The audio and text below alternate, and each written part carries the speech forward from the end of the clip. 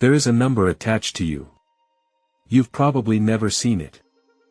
You were never asked to approve it. And no one officially told you it exists. But this number quietly influences what you're allowed to do. Where you can go. What you can access. What you're approved for. And what gets denied without explanation. This is the score that decides what you're allowed to do. It doesn't look dramatic. There's no screen that pops up and says, "Your score just dropped." No warning. No appeal. Because the system was never designed for you to see it. At first, scores were simple. Credit scores. Risk ratings. Eligibility checks. They were narrow. Specific. And at least somewhat understandable. But over time, scoring expanded. From finances, to behavior. Systems began combining more signals. Payment history. Employment gaps. Travel patterns. Online activity. Associations. Consistency. Each signal on its own meant very little. But together, they created a profile. And profiles can be scored. Not to describe who you are, but to predict how you'll behave. That's the shift most people missed. These scores don't measure your past. They estimate your future. How reliable you'll be. How risky you might become. How likely you are to cause friction, loss, or delay. And once a score exists, decisions change. You might never notice it. You apply for something and don't hear back. You're delayed instead of denied. You're routed to extra review. You're quietly filtered out. No explanation is required. Because the decision wasn't made by a person. It was triggered by a threshold. If your score is high enough, the door opens. If it's not, the door never appears. The unsettling part isn't that scoring exists. It's that scoring spreads. Once one system assigns a score, others want access to it. Because scores are efficient. They save time. They reduce uncertainty. They shift responsibility away from humans.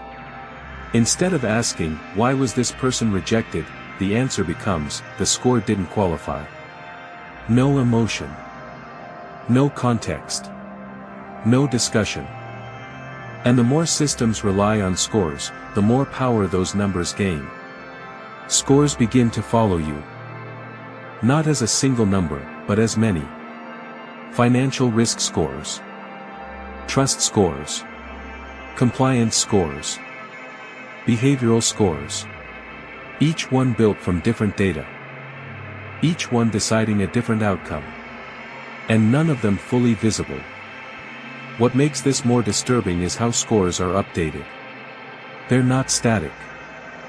They change constantly. A missed payment. A sudden move. A change in routine. A new connection. An unusual decision. You don't need to do anything wrong. You just need to look unpredictable. Because from a system's perspective, unpredictability is risk. The score doesn't ask why something changed. It only asks that it changed. And once risk is detected, restrictions follow. Not always immediately. Sometimes subtly. More verification. More friction. More waiting. Small barriers that add up. Until one day, something you expected to work, doesn't. And there's no one to ask why. Here's the feedback loop most people never see. A low score leads to fewer opportunities. Fewer opportunities change behavior. Changed behavior reinforces the score. The system sees its own prediction coming true. Not because it was accurate, but because it shaped the outcome. This is how scores stop measuring life and start directing it. And once that happens, opting out isn't realistic. Because modern life runs on systems that score. banking, employment, travel, housing, healthcare, security. Each one says the same thing in different ways: let us evaluate you first. And evaluation doesn't require your consent. It only requires your data. Most of this wasn't built to control people. It was built to manage scale. Too many applications. Too many users. Too many decisions. Scores made everything manageable. But in making it manageable, they became powerful. Because power doesn't need to announce itself. It just needs to decide. And the most uncomfortable truth: once a score decides something about you, changing it is harder than you think. You may never know what lowered it. You may never know which system matters most. You may never know who to appeal to. Because the system doesn't feel accountable. It feels automated, neutral, inevitable. And that's the danger. When a number decides what you're allowed to do, freedom doesn't disappear overnight. It erodes quietly. Through delays. Through denials. Through doors you never knew existed. This isn't about one score. It's about a world where permission comes before participation. Where access is conditional. And where decisions are made long before you ever show up.